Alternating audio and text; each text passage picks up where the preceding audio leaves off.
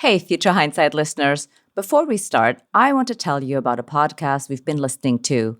It's an economics show from Foreign Policy called Ones and Twos with this pretty brilliant guy named Adam Tooze. He's an FP columnist, history professor, and popular author. Honestly, he's like an encyclopedia about basically everything from the COVID shutdown to climate change to pasta sauce. Join Twos along with FP editor Cameron Abadi as they unpack two numbers each week, one from the headlines and the other from way off the news. Search for Ones and Twos. That's TOOZE on Apple Podcasts, Spotify, or wherever you get your podcasts.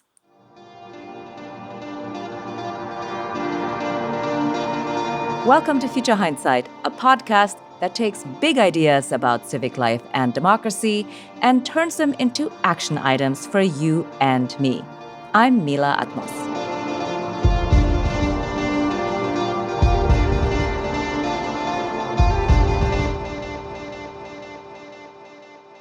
This season on Future Hindsight, we've been looking at where we stand with the social contract. We started with its origins and have looked at how it manifests in relation to racism, health, and climate. And today, we're talking about taxes, the spark that brings the social contract to life through things like public schools, highways, and social security. The truth is, the United States' tax system needs fixing. The ultra-wealthy basically get to choose whether or not to pay taxes, while everyone else gets stuck with their automated payroll deductions and an April 15th deadline. And this is despite the fact that people across the political spectrum want a fairer tax system. So, we're going to try to figure out what's holding us back from a tax system that supports, rather than undermines, the social contract. My guest today is Sarah Christopherson, the Legislative and Policy Director of Americans for Tax Fairness. Sarah has spent her entire career navigating the halls of Washington, so she knows all too well how the federal taxation sausage gets made. Thank you for joining us. Thank you so much. I'm thrilled to be here. So, you work on tax policy, not necessarily everyone's childhood dream job, but I generally think it's really cool and utterly fascinating. How did you get into this, and what motivates you? So, probably like most people, my life didn't necessarily follow the path that I had laid out for it. And so I have actually worked on every issue that comes before the federal government, education, immigration, transportation, you name it. I like to rattle off a long list. But tax policy is where I've landed because it's so foundational, right? So part of what you said, it funds the rest of what we want to do. It really determines what we can do as a society. And so that to me is sort of getting to the core of everything else. And also, the one sort of little tangential thing I'll say in addition to that is that I also see it as core to the functioning of our democracy. So you mentioned quite right that there is this sense that the folks in the top, the ones who've benefited the most from the system, are not paying their fair share. And as a result, because so much of that wealth is just untaxed, truly untaxed, you've got folks who can drop $1 billion in an election and make it up in the course of a week, right? That's not a functioning democracy. That's not a democracy that's going to last for very long when you've got those massive inequalities in wealth. So to me, I ended up in tax policy because I just see it as the root kind of getting to everything else. That's a really important point about taxes basically being the foundation for everything we do. But it still seems like there's a lot of mystery around taxation. Can you dispel the most common myths about taxes? So first, let me just say that when we talk about taxes, we do tend to talk about just income taxes and sometimes just federal income taxes. But when you look at all of the taxes that people pay, including state and local taxes, but even federal payroll taxes, right? Like what funds Medicare and Social Security, everybody pays tax. But the burden actually does fall more on middle income and low income families when you look at the entirety of the tax burden, right? Even renters are going to end up paying property tax through rents. So that's kind of one of the first myths, is just really stopping and looking at the full scope of tax and who's contributing and who's not. I will say my property tax is a much bigger share of my income than Elon Musk's property taxes are of his, right? I think the second myth is because we focus exclusively often in the conversation around federal income tax, you will often hear these very cherry-picked statistics about that, the people at the very top pay a high dollar rate of federal income taxes and failing to look at kind of the broader scope. And then the third sort of myth, I guess I would say, is exactly what you've touched on, right? And we even saw this come up a couple of years ago when some progressive members of Congress were advocating for much higher marginal income tax rates. And the question came up, I think it was at Davos, and it was kind of laughed off. And even a Washington Post economics reporter laughed it off. And one of the economists on the panel said, well, but actually historically in the United States, the wealthy did pay significantly higher marginal income rates. And even though that wasn't that long ago, people have been so thoroughly changed by the Reagan Revolution, right? Because we still are stuck in that mindset that we must keep slashing and slashing and slashing taxes, and that to go up to a higher rate would be socialism instead of just completely consistent with previous decades of American history. And it would be consistent, right? I've read that during the post-war boom, the top tax rate was over 90%. Today, it's fallen by more than half to just 43%. But ever since Reagan, it feels as though taxes have become a dirty word, even if, they pay for our social contract, for education, and caring for older people and roads. But then there's Donald Trump saying paying taxes is for suckers. What do you find when you talk to people? So I do think there is sort of a cultural split between folks in the middle and folks at the very top. Because I would say when you do look at polling opinion data, you find that folks in the middle, of course, they want to pay less. Who doesn't want to pay less in taxes? But there's sort of a grudging, yeah, I know, I got to do my fair share. I got to do my part. I'm playing by the rules. I don't love it, but I'm a good guy and I'm doing my part. And that is very different, I think, from what you do see at not all levels, not everyone who represents the top sort of 0.01%, but there is some of that very real at the top from Donald Trump that paying taxes is for suckers. Now, it could be that the middle class just simply does not have the same opportunities to avoid taxation that the very wealthy do. I mean, that is absolutely true, right? If you have an income, your employer is reporting that to the IRS, you're paying taxes on a yearly basis. If you are someone at the extreme top, and I can go into examples if it's helpful, but paying income taxes is voluntary, really, truly. Like Elon Musk can decide whether or not he wants to pay income taxes in a given year. I think maybe some of what I'm attributing to culture is in fact just necessity. That the middle class doesn't have a choice. They are paying their taxes. People at the very top, paying income taxes, federal income taxes, is definitely voluntary. Elon Musk is a great example because we have just seen play out how it's voluntary for him. But it's not exclusive to Elon Musk. It's any of those folks at the very, very, very top. So when you look at opinion polling, you see that there is actually a significant swath of people, middle class and low income voters, Democrats, independents, and even Republicans who really want to see the folks at the top pay their fair share. So, even Donald Trump, who presented himself as this savvy, smart businessman, in part because he was able to evade taxes, he still had this shtick to his voters of, look, I know these guys are getting away with murder.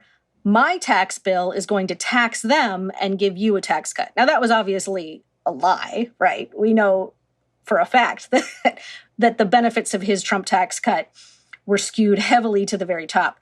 But he was savvy enough of a politician to promote it to his own voters as, I'm going to raise taxes on the guys at the top, because everybody in the United States, except for the folks at the very top, want the people at the very top to start paying more of their fair share.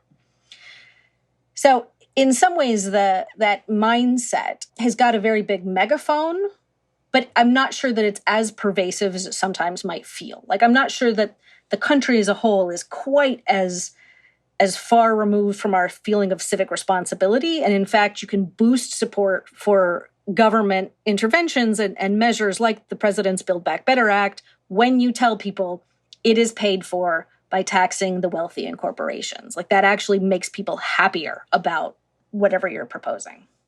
So, here I want to pivot slightly to talk about how we spend our tax dollars and how that connects to the social contract. I mean, why is it that I fork over a chunk of money every year and yet there are still children who are hungry in this country, for example? So, I think that is a perfectly legitimate question to ask. What are our tax dollars going to?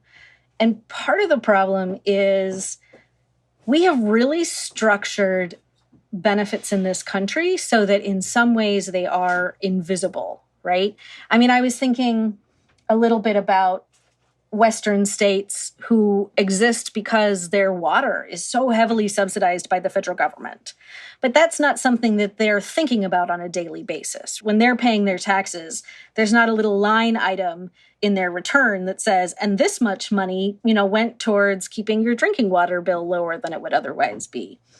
So thinking about where do my tax dollars go? And so much of it is invisible. It's helping homeowners through a mortgage deduction. It's helping farmers. It's helping keep prices low in grocery stores.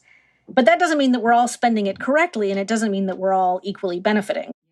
Yeah, like you said, it's not immediately obvious. It's not made legible to us every day that our tax dollars subsidize our everyday lives, for example, by subsidizing the cost of clean water to your house. To continue on this thread, we recently ended a 20-year war in Afghanistan, so we should see a bunch of money become available for social programs, right? So for budgetary purposes, that money never really existed. I mean, of course, it did exist, and there are 2 decades of human tragedy to show for it. But as far as the budget was concerned, it didn't. The war funding was part of what they call the Overseas Contingency Operations Account. It's called OCO. So you've got the base defense spending budget, which actually has been subject to defense spending caps for the last decade or so. But then you have the OCO to fund the wars, and that wasn't capped. And that sort of makes sense on some level, right? In the middle of a war, you don't want your response to be constrained by an arbitrary cap. But on the other hand, you can see how that quickly goes off the rails. So that doesn't mean that voters shouldn't be pushing to put those peace dividends towards transforming our economy, towards ending child poverty, towards making it a system that works for all workers and all families. But that's not necessarily how Congress is thinking about it. In the same way that the rules of the game determine the winner, the congressional budget process is set up in a way that really constrains how members start to even think about these things. Like they're not thinking of, oh, now we have this extra money we can put towards so-and-so. They're thinking, well, we're still operating under our same budget caps. So it's a little bit of a frustrating answer, and it's going to require voters to push members of Congress to think outside of their boxes. Right. That's really frustrating, actually. It's like, as a country, we kept borrowing money from a payday lender to pay for the war, and now we're stuck with a bill. But it's a good segue into my next question, which focuses on tax cuts. Can you explain what happened with federal tax cuts recently and the implications that has for ordinary Americans? So, full disclosure is that I was a congressional staffer for 10 years and I worked for Democrats. So, obviously that's my bias and where I'm coming from. But one thing I want to mention sort of quickly about the 2017 tax bill, because I was involved in the fight to prevent this tremendous tax cut. And, it was very disheartening that so many of those members of Congress who claimed to care about deficits or, that claimed to be budget hawks, right, that they gave themselves a tremendous tax cut. And, you can go through the history of that bill, Bob Corker, John McCain, Ron Johnson in Wisconsin. There are a handful of people, members of Congress, who walked out of their yes votes being significantly richer.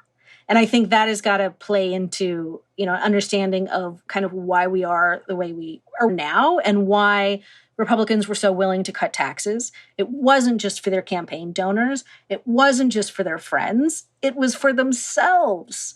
And I think, if we're looking at a big picture, how do we fix Congress? I think it is absolutely devastating when Congress is so overwhelmingly made up of extremely wealthy people who have every incentive to cut their own taxes.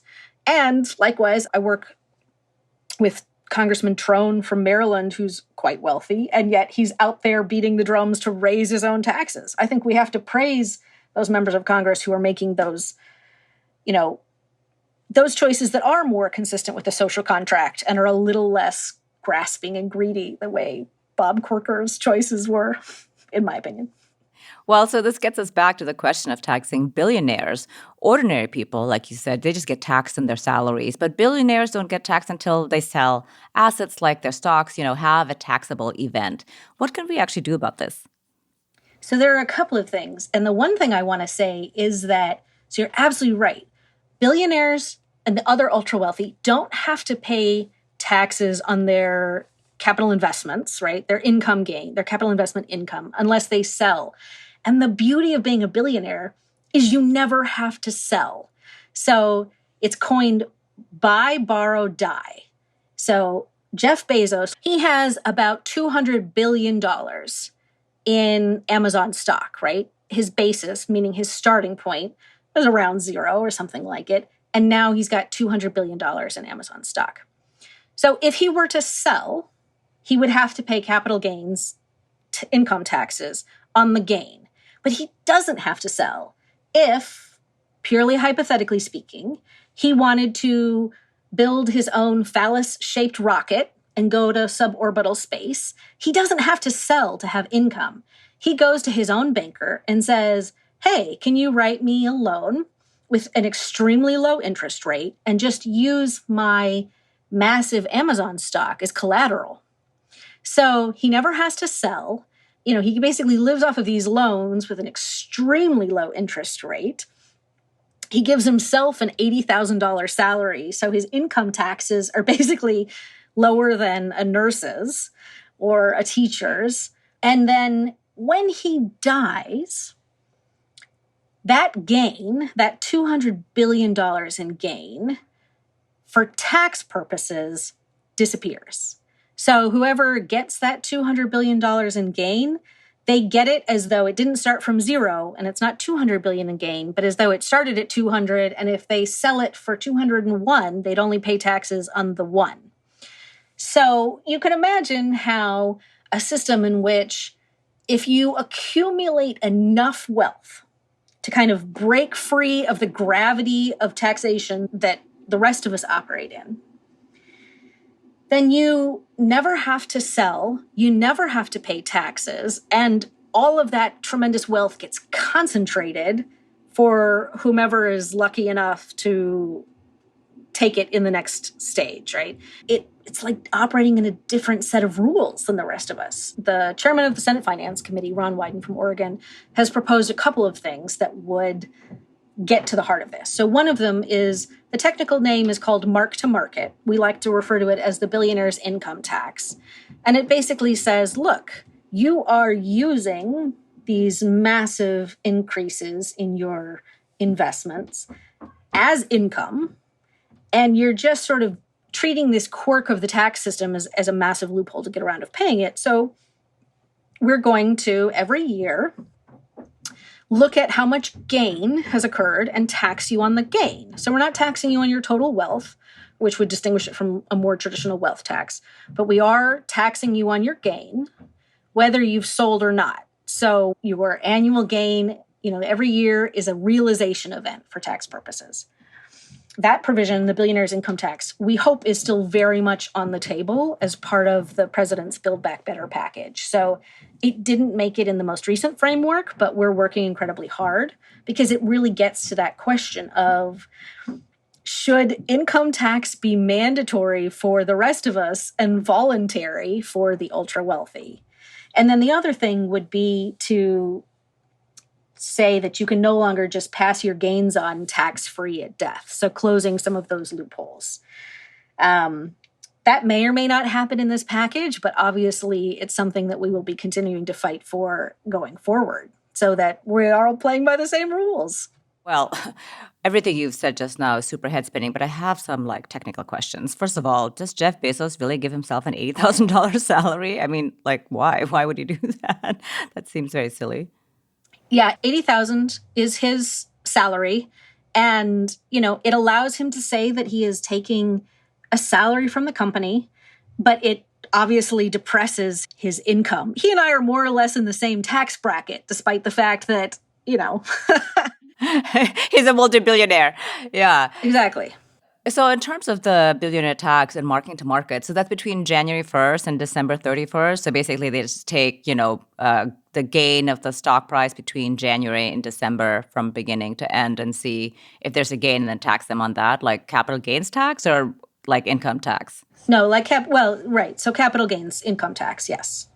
I like to think about it's just changing the timing of when the tax occurs, right? So instead of saying that the tax is going to occur at sale, it just says the tax occurs every year.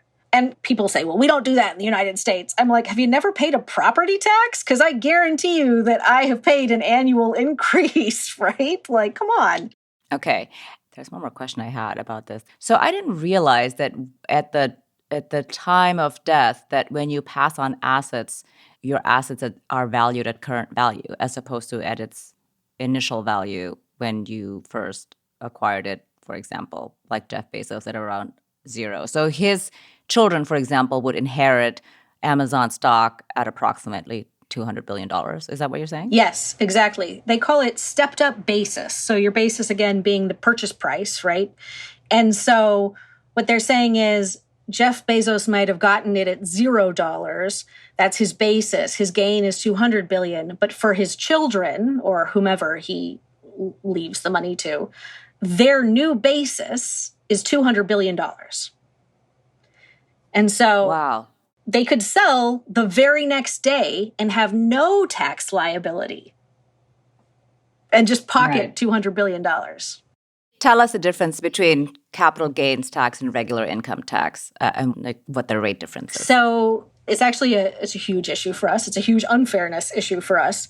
Ordinary income on your earned, your wages, right? The top marginal rate is 39.6%, but the top rate on your capital gains is only 20%. No, is it 15%? It's changed so much in the last few years that now I'm doubting myself. So actually, you're absolutely right about those capital gains rates you mentioned.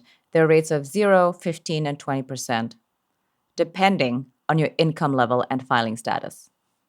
It's a sizable discount, and there is no economic rationale for that. There is no good reason. Occasionally, you hear people say, well, we have to encourage risk-taking. That's why we need a lower investment income tax than earned income. So, the sort of traditional Playboy heiress or heir sitting by their pool, their investment gains are being taxed at a significantly lower rate than the earned income of the ER nurse because we want to incentivize risk-taking. That's like absurd on its face, right? So there's this whole host of reasons given for this huge discount on investment income relative to earned income. And when you start pulling on them, none of them make sense. It's just a massive loophole or carve out because the folks who benefit the most from it are the ones who have significant influence in Congress. So it was actually in the president's package to equalize those rates so that the top rates for investment income would be the same rate as the top rates for earned income.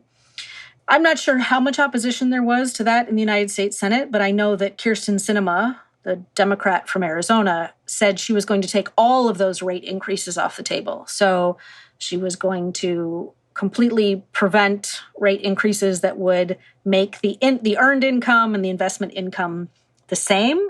This, really illustrates how messaging makes a difference in getting policies implemented. And in terms of the estate tax, the conservatives changed the name in order to make it sound like it was really a terrible thing to make sure that people actually pay their fair share when you're passing wealth between generations. What have you found are the messages that are most effective around tax issues? So the one that won't surprise you because it's in our name and I keep saying it is tax fairness, right? That actually really does resonate people. On a visceral level, as human beings, we want fairness.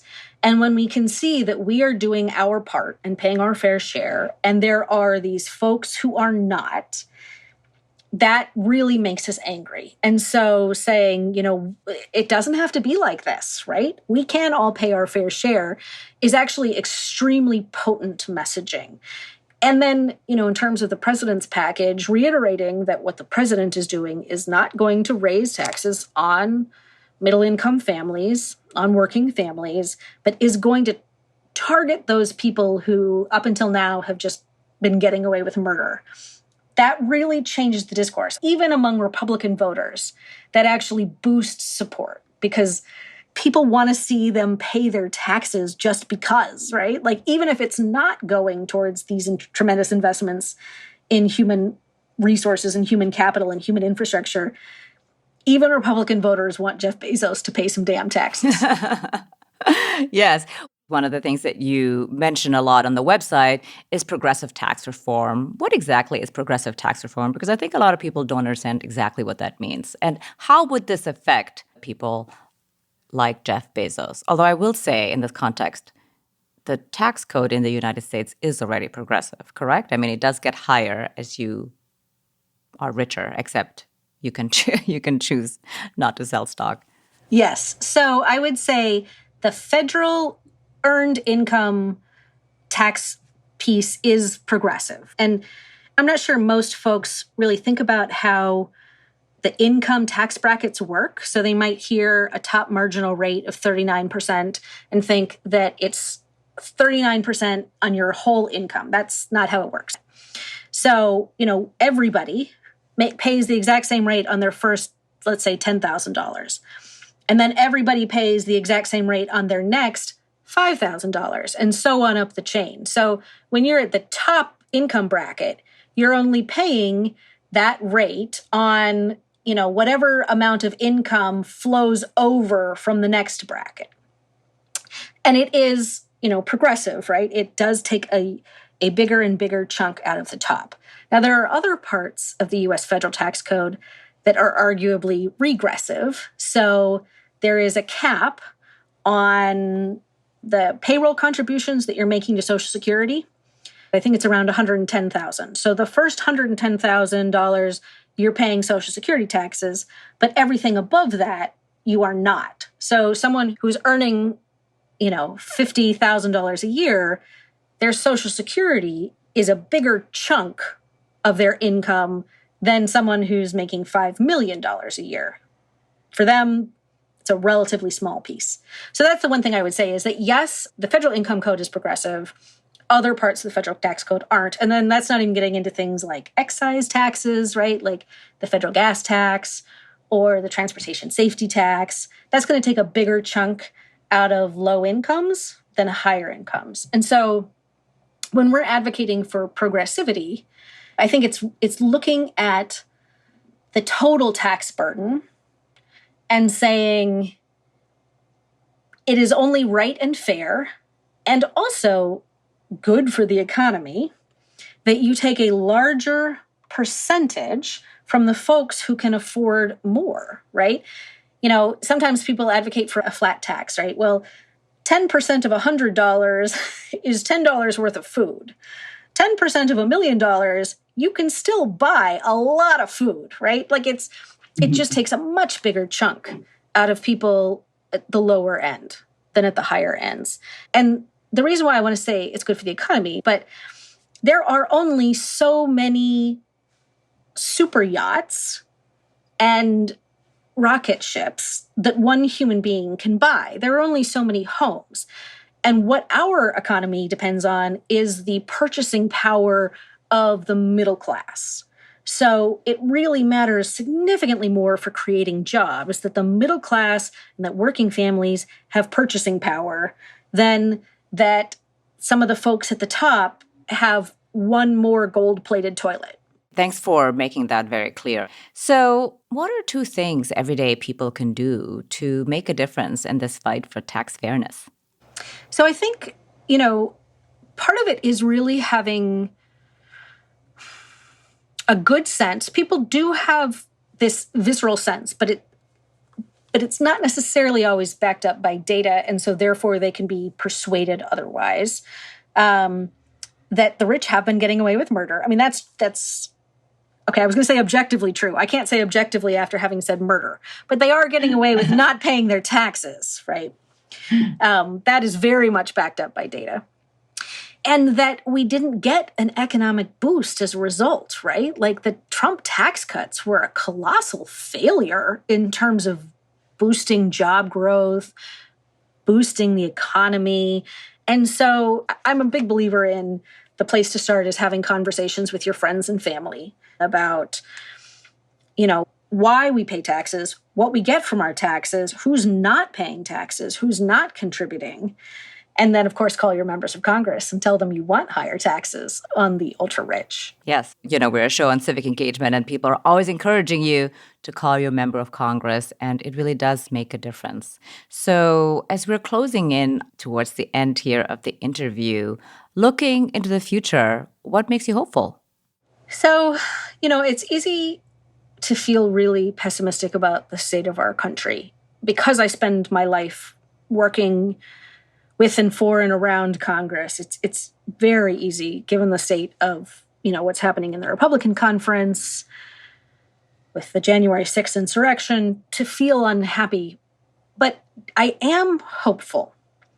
When I think about stepping back from the sort of like the deep, dark recesses, that we still do have a country I think we're all committed to saving. And, the social contract is frayed. And I think there are people who've made a lot of money to try and fray it and sever it. But it's still there because we're still fundamentally human beings who do want to be connected to each other. And we want a safety net when we fall. And we don't want to see human misery. And we actually do have a lot of shared values, like I said a million times, around taxation. I'm not a naturally optimistic person, but Congress is a representative body, for better or worse. It truly is. Congress responds to what voters want. Now, sometimes that's general election voters, and sometimes that's primary voters, the most extreme voters. But Congress really does respond to the people. And if we can make the voice of the people heard, I think we have a chance. We have a chance. I think we have a chance. I'm hopeful that we have a chance. Sarah Christopherson is the Legislative and Policy Director for Americans for Tax Fairness. Thank you so much for joining me, Sarah. Thank you so much. Really appreciate the chance to come on and talk about this.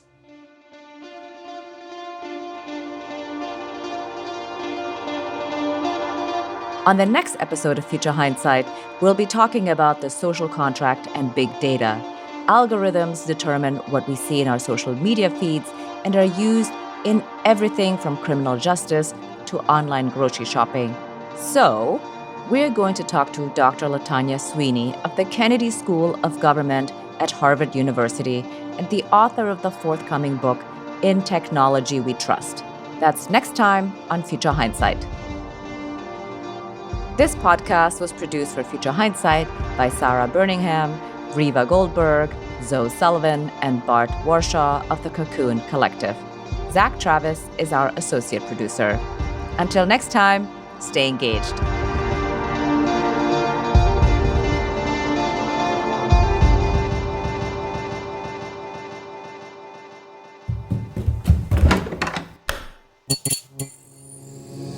This podcast is part of the Democracy Group,